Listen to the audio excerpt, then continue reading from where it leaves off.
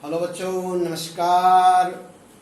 मैं विराम फिजिक्स की क्लास में आप लोगों को आज अल्फा कण प्रकीर्णन तथा रदरफोर्ड मॉडल पर चर्चा करूंगा। प्यारे बच्चों, यह जो पूरा टॉपिक क्लियर करने में हम इस पर 2 लेक्चर देंगे, तब जाकर ये कंप्लीट होगा। रदरफोर्ड मॉडल से पहले आप लोगों ने एक छोटा सा परिचय जो लेक्चर 1 में था, आपने टॉमसन मॉडल को अच्छी तरह से सीख लिए, उसके बारे में जान लिए। प्यारो, आज जो हम ये चर्चा करने चल रहे हैं रदर अल्फा कण का प्रकीर्णन, स्कैटरिंग ऑफ अल्फा कण, रदरफोर्ड मॉडल।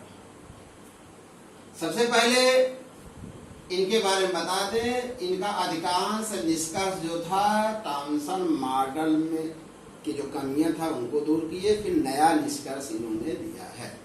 आइए रदरफोर्ड मॉडल के बारे में मैं एक्सप्लेन करता हूं, व्याख्या करता हूं। सन 1911 में रदरफोर्ड के सुझाव के आधार पर 2 वैज्ञानिक थे, एक गाइगर और मार्सडन ने अल्फा स्कैटरिंग के बारे में अपना प्रायोगिक प्रदर्शन किया। यह है उनका पहला प्रायोगिक प्रदर्शन। पहले तो बेटा हम बता दें अल्फा कण क्या है, इसके बाद हम प्रयोग को क्रमवार समझाते हैं, किरण आरेख के बारे में सब कुछ बताते हैं। अल्फा कण क्या है, इसके बारे में 2 आयनित हीलियम नाभिक होता है। पहली बात, अल्फा कण पर जो चार्ज होता है 2e इलेक्ट्रॉन के आवेश दुगना होता है। आवेश उनका द्रव्यमान जो होता है हाइड्रोजन के द्रव्यमान का लगभग 4 गुना होता है। ये आपको जानकारी हो। देखिएगा, ये जो इनका प्रायोगिक व्यवस्था थी गाइगर और मार्टसन का, ये था एक अल्फा कण स्रोत है, फिर एक व्यवस्था किए हैं, एक स्वर्ण पत्ती है, और इस पर जब अल्फा कण गिरा है तो इसकी स्कैटरिंग का फिगर है।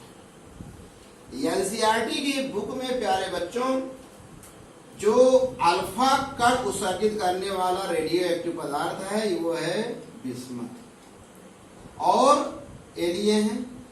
अन्य रेफरेंस बुक जो पढ़ेंगे उसमें पोलोनियम इन्होंने अल्फा कण लिया, पोलोनियम से उत्सर्जित अल्फा कण लिया है। अच्छी बात है। एनसीईआरटी के बुक के अनुसार जब बिस्मथ 83 से उत्सर्जित जो अल्फा कण उत्सर्जित होते हैं उनकी गतिज ऊर्जा लगभग 5.5 मिलियन इलेक्ट्रॉन वोल्ट होता है।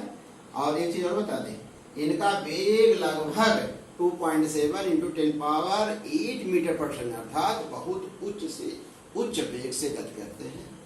ये हो गया बेटा।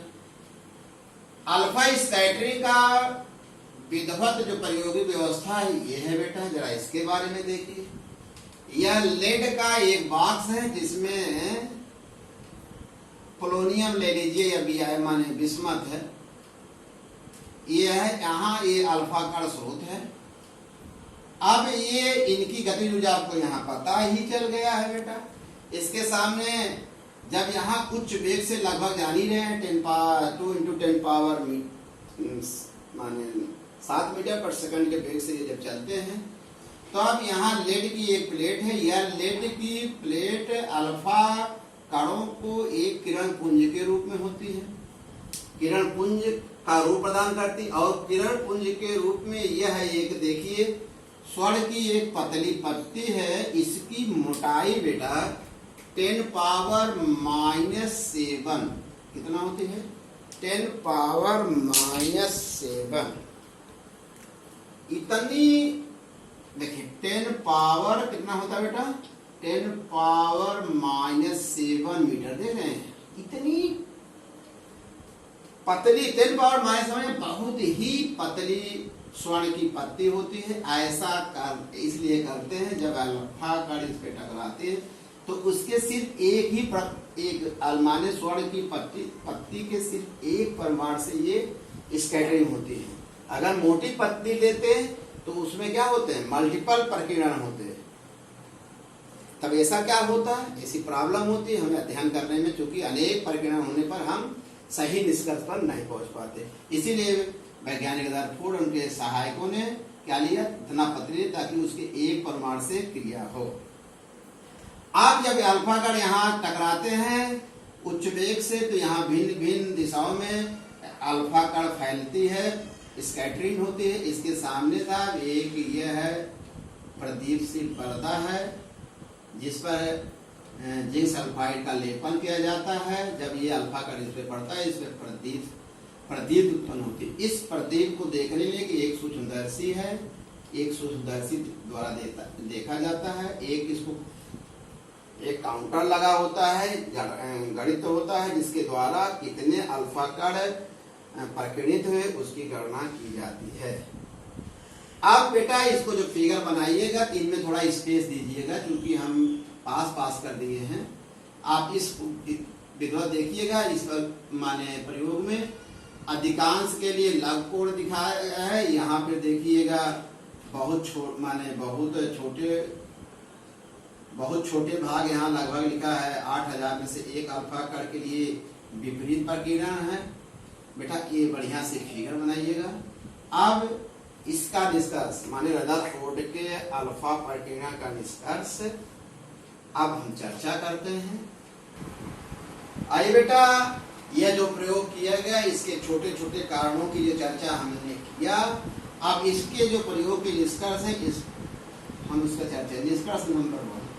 निष्कर्ष नंबर 1 में पहले बेटा ये फिगर बना लीजिएगा।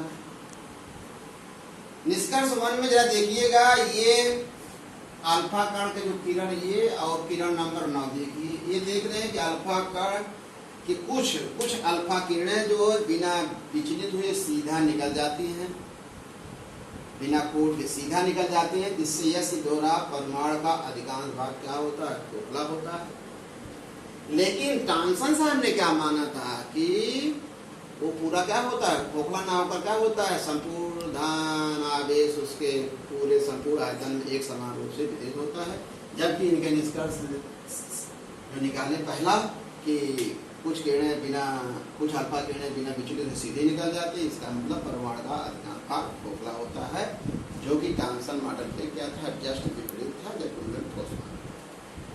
निष्कर्ष नंबर 2 यह देखिएगा प्यारे बच्चों कि कुछ अल्फा किरणें जो होती हैं 90 अंश से कम कोण पर, जैसे इसको देख लीजिए, और किरण नंबर 2 और किरण नंबर 9 देखिए, 2 लीजिए और ये इसको कर दीजिए 9, ये 9 ये वाली किरण देखिए।